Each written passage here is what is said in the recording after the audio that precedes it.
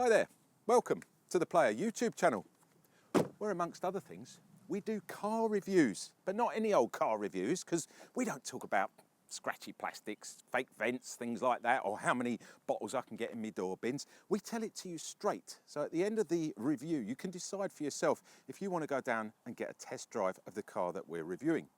The car that we're reviewing this week is the Nissan Qashqai. It's been around a while. In actual fact, the Nissan Qashqai was the actual starting point for what is commonly now and affectionately known as the SUV. Had a nice high driving position, it had sort of rugged, chunky looks, and it was quite economical to run. However, has that stayed the same? The Qashqai in its second generation had sold nearly 5 million cars, so it's a very popular car. This new 2022 version has got a lot to live up to. So let's get around it, let's get under the bonnet, let's get around the back, see what it's like for the passengers, give it a road test and let you know what we think of the new Nissan Qashqai. So the Qashqai comes in 5 different trim levels. Your entry level car is the Vizier, and the Vizier will set you back around 25,000 UK pounds, or from 25,000 UK pounds. If you bought one on personal finance, you could pay as little as £250 a month for one of these cars, which makes them very, very popular. If you want to go for the all singing, all dancing, all bells and whistles, whichever way you look at it, you buy the Tekna Plus. That's the top of the range. It will set you back up to around 40,000 UK pounds. Entry-level cars come with 17-inch alloys. However, you can get up to 20-inch alloys depending on your trim level. I will warn you now though, the 19 and 20-inch rims will give you a lot of road feedback, a lot of noise, a lot of tyre noise, and also when you're hitting potholes and things like that, it will tend to be a lot noisier than if you're on the 17s or the 18s. All Qashqais get LED headlights, and the top of the range ones even get adaptive headlights, so you don't blind people when you're coming down the road at night and you've left your high beam on. Let's check out under the bonnet of the Qashqai. The bonnet release catch just down here in the driver's footwell. Don't forget, if you're driving a left-hand drive version of this car, it's going to be in the passenger footwell because they're not going to move it around. The actual bonnet release catch is here, dead centre. Just reach in and you'll feel the lever, push it to the left, and with your left hand, or if you're right-handed, just lift it up. There's no gas struts as such, it's quite heavy, but you will get it up, it's not a problem. Over here, just pop your little stay in there, nice and easy. First thing you're going to notice, there's no cowling on this, so it's not the usual all covered up and all you see is a big piece of plastic. I think obviously that's a money-saving thing, but the other advantage is it looks a lot more attractive and means it's a little bit easier to work on. So there's one engine variant on this car. You've got a 1.3 litre engine, 4-cylinder. It's a mild hybrid, but you've got 2 different brake horsepower. So you've got the option of 140 brake horsepower and 158 brake horsepower. They're your options as far as the standard engine. There is an e-power engine that Nissan have recently introduced to the Qashqai. Now the way this works is basically the engine powers to a generator and the generator propels the car. It's just quite an interesting way of doing it. But the one good thing about that is you will get 187 brake horsepower out of that. And to be honest, from the reports that I've heard back on it, it's a far better variant than this particular 1.3 litre petrol engine. So maybe worth a test drive on that particular one. You've got 2 gearbox choice. You've got an automatic or a 6-speed manual with this car. And don't forget, when it comes to miles per gallon, this car has always been known for a decent MPG, and you're looking between 40 to 45 to the gallon. Not bad. I think round at the back of the Qashqai, it does look quite sporty and quite rugged. A bit like its predecessors as well, but a little bit more so. One thing I do like are these LED lights that have been cut in here. They're really nice. They're standard as well with your entry-level car. Decent bit of aero going on here, keeps the rear screen clear, gives you a little bit more MPG. You've got a brake light in there, stop light. Up top there, DAB radio. Car does come with DAB radio, even on your entry level as well. Get a wash wipe as well. I like the fact it's got what I call a floaty screen at the back. So there's no rubbers for any water to get caught in, and it gives it a nice little pin sharp finish to it. Not over keen on this massive great Qashqai badge across here. I think that could be put somewhere a little bit smaller. But nonetheless, at least they haven't gone down the route of the fake vents, which we're not allowed to talk about. Let's take a look inside. This particular car doesn't have an assisted tail lift. However, the gas struts are very good indeed. You just let it go like that and it'll do itself. It's got some good height on here. However, I think if it was 2 metres or 6 foot plus, you would end up banging your head on that. So it's good height for someone my height, which is around about 176 centimetres. Keep it within the realms there. Inside here, 504 litres of boot space. It's not bad, it's good. It means you're going to get around 7 carry-on suitcases. You know the little suitcase you take on the plane? You get about 7 of them in there as well. What I do love about the boot in this car is the fact it's split level, it's dual level.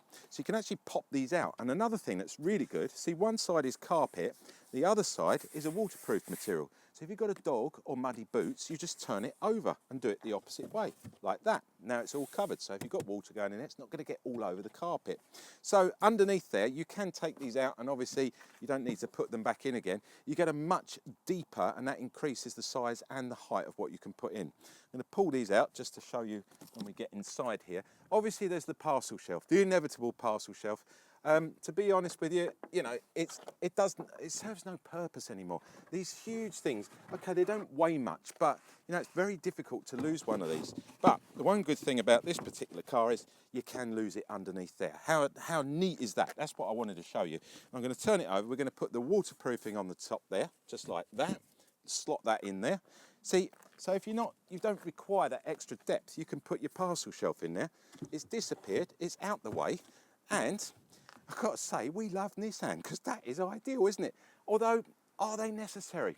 I don't know. Leave a comment down in the comment box if you agree with me and you don't think they're necessary. Or if you disagree, then tell me why you think they're necessary and what job or what role they perform within the cars, because I haven't got it yet.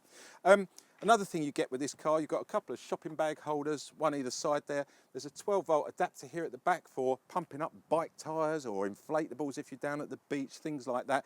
Really good.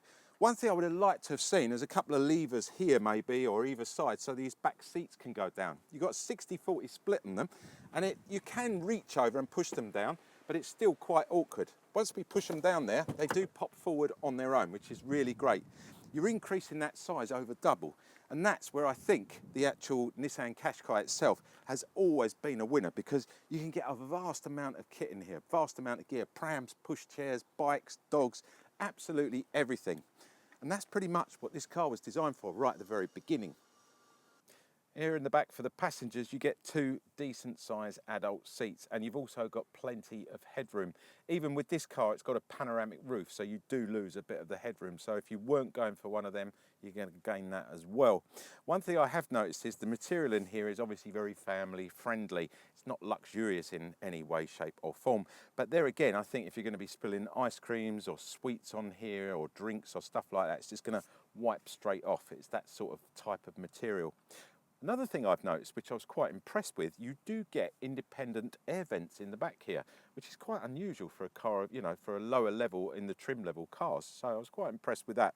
You've got a USB and a USB-C.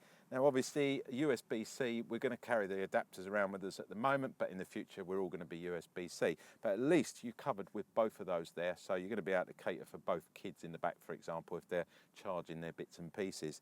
You haven't got Granny's fishnet stockings here. You've got a proper little pouch. You can put your bits in there as well. Really nice. One of the big things about the Qashqai, especially this new Qashqai, 85-degree door angle on there. It's absolutely immense. It's almost, you know, complete right angle to the actual bodywork. It's amazing. Like reverse suicide doors.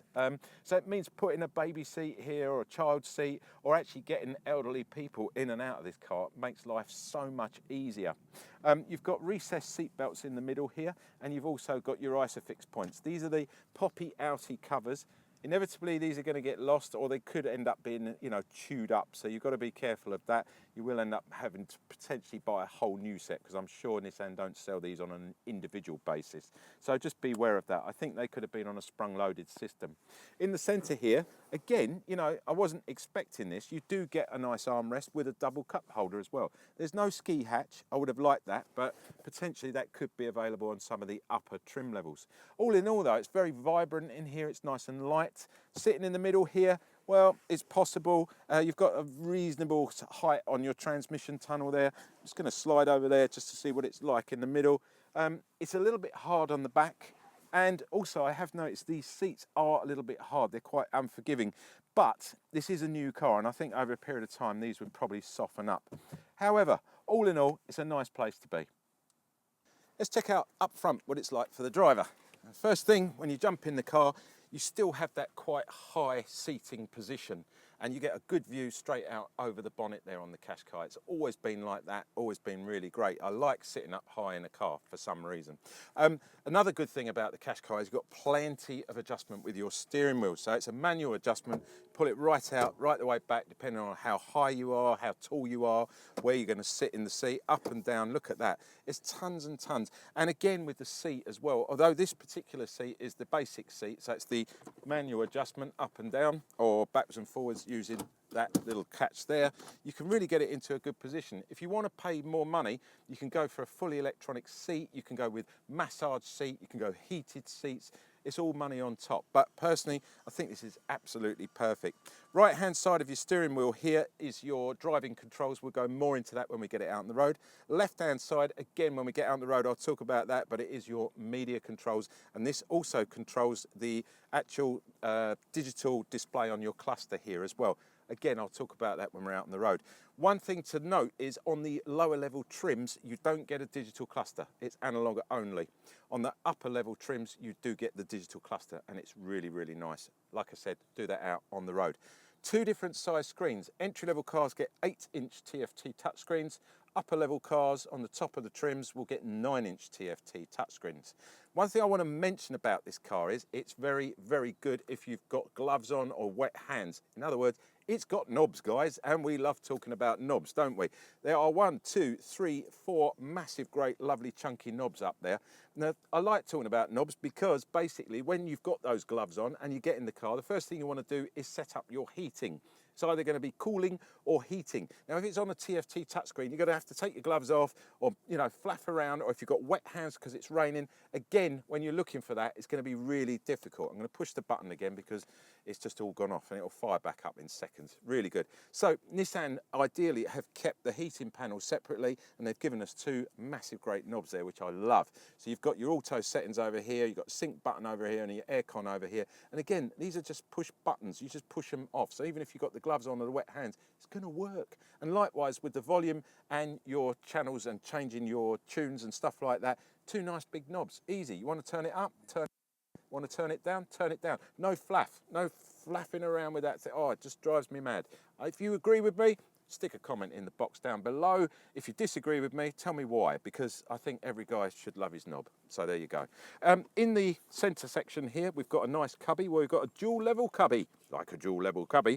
Down the bottom here, you've also got inside there, it's reasonable size. You know, you can get your hand in there. You could put you know, you wouldn't get a packet of tissues in there, but that's neither here nor there. I don't really use tissues when I'm out on the road. You've got USB-C and a USB down there, and then you can keep your little bits in your pockets in the top there. Look at that, really nice. Like that, double cup holder. Got an auto hold on this car. I was quite surprised at that. I thought being a manual car, I was going to get a manual handbrake. It's an automatic handbrake on this car, or electric handbrake, should we say. Don't really like them, but this one does have a really good auto hold facility. In the manual gearbox, if you're on a hill and you go to pull away, when you release the clutch, this will actually hold so you don't get any rollback. Now that's really great if you're towing as well, because you don't want rollback when you've got a trailer on the back, trust me.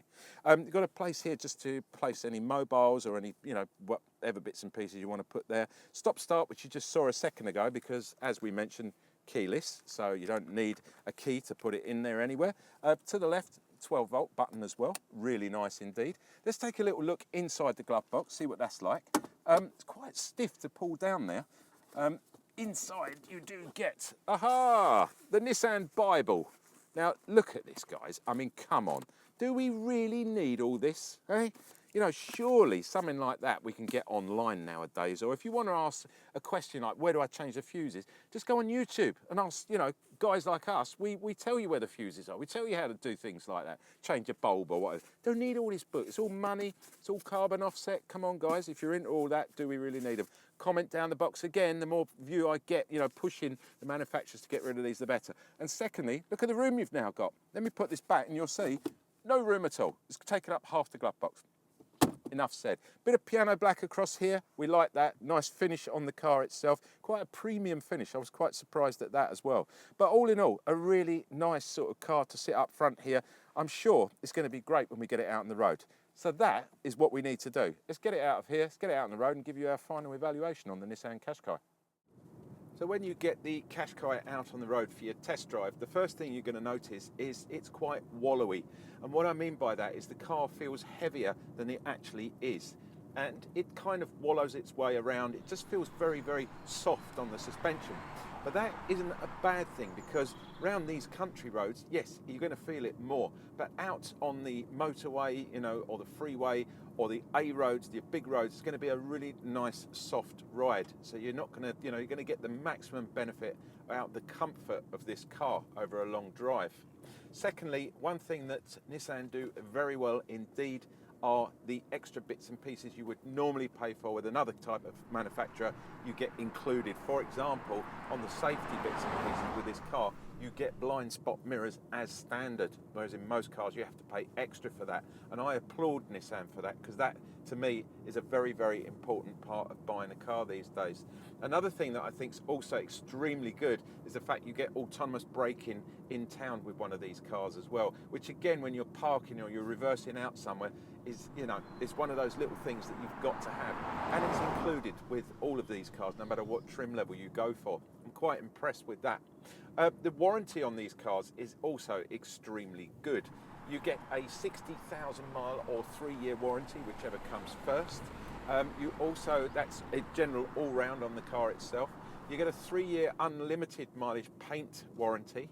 You get a 1-year roadside assistance, and you also get a 12-year unlimited mileage perforation warranty. That's on the rust or any of the holes that might appear around the car. So you're pretty much covered when you come to buying one of these cars from new. And don't forget, you can transfer any of those warranties straight over to the next owner, which is also really, really good indeed.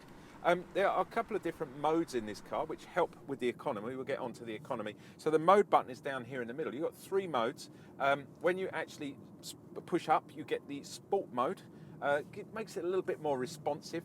It's never going to be fast. It's not going to be off the mark in seconds. You know, we are talking 9 to 10 seconds depending on what engine configuration you go for.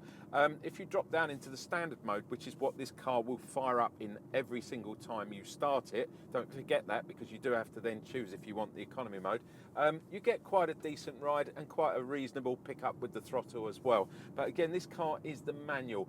I personally would prefer to go for the auto gearbox on this car. I find this manual a little bit annoying sometimes because it's hard to locate the actual first 2 or 3 gears, but once you get used to it, it's okay. I still prefer the auto gearbox. And then finally, you've got the eco mode, which is pretty much most of its life. You should have it in the eco mode when you're just popping around the shops, or you're driving along on these country roads like today, or if you're on a long journey.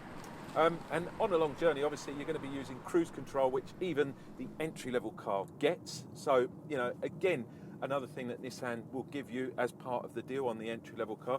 The right-hand side of the steering wheel are your driving aids. I mentioned this a couple of minutes ago when we were sitting up front. You've got the cruise control. It's a little blue button there. Very, very easy to set. You push that blue button, it will come up in your screen here, especially on the actual digital cluster that you've got here. So you push that, simply it will come up and show you exactly where your settings are. You've got a distance control just below it, so you can set that further or nearer to the car in front of you. Again, I love things like that where you can actually manually set them and change them. Above the cruise control, you've got a speed limiter, so you can set a speed limiter on there. You do get sign recognition even on the entry-level car with this car as well. So even if you're in an area where you're not familiar with the roads and the speed limits, it will come up and it will warn you there. And it's just telling me now that I'm on a 60 mile an hour limit because we're now on a country B road, which is really nice. Down to the bottom left, you do get your Ask Nissan button, so you can request things like where's the nearest petrol station, or I'd like to stop and get an afternoon English cream tea, and I'm sure it will come up with an answer to that as well and put it into your sat nav for you. Telephone answer and end is just there in the middle at the bottom there, and then your set cruise buttons are just there, just above, and you can't miss them. Ever so easy to set up as well. Pull down to set it, and then resume, and then cancel if you just push the button in the middle. To the left here, you've got your volume button for your media. You've got your scroll left and scroll right for your media as well. Then you've got another knob button which moves up and down, and a left and right button here which is for your digital cluster. So you can move left and right and go through all your different computer settings, tyre settings, things like that. Very, very easy to use. Again, even while you're on the road, it's extremely accessible. This car does benefit from a heads-up display. It's very nice, but I think, you know, it's one of those little extras that maybe you don't necessarily need. Heads-up display is really good as well. It comes up with the cruise control, the speed, the sign recognition. Everything is basically that you're seeing here is projected up here on the screen. If you like that type of thing, then go for it. Why not? All in all, though, the car is a reasonably, you know, economical car. I'm going to just check now what we're actually getting to the gallon, because you can scroll across, and I'll go into the computer, checking the tyre pressures there. So we are currently getting 37.2 to the gallon, which, to be honest, around town, these country roads, I'm quite pleased with. I think out on a run at 75 miles an hour in the cruise control, you're going to easily be within those parameters that Nissan recommend, which is between 40 and 45 miles to the gallon. So it's living up to its name. That's the good thing about this car. It's comfortable, it's nice to drive, you've got a great driving position, good all-round peripheral vision. Can't really go wrong, can you? It's a Nissan Qashqai at the end of the day.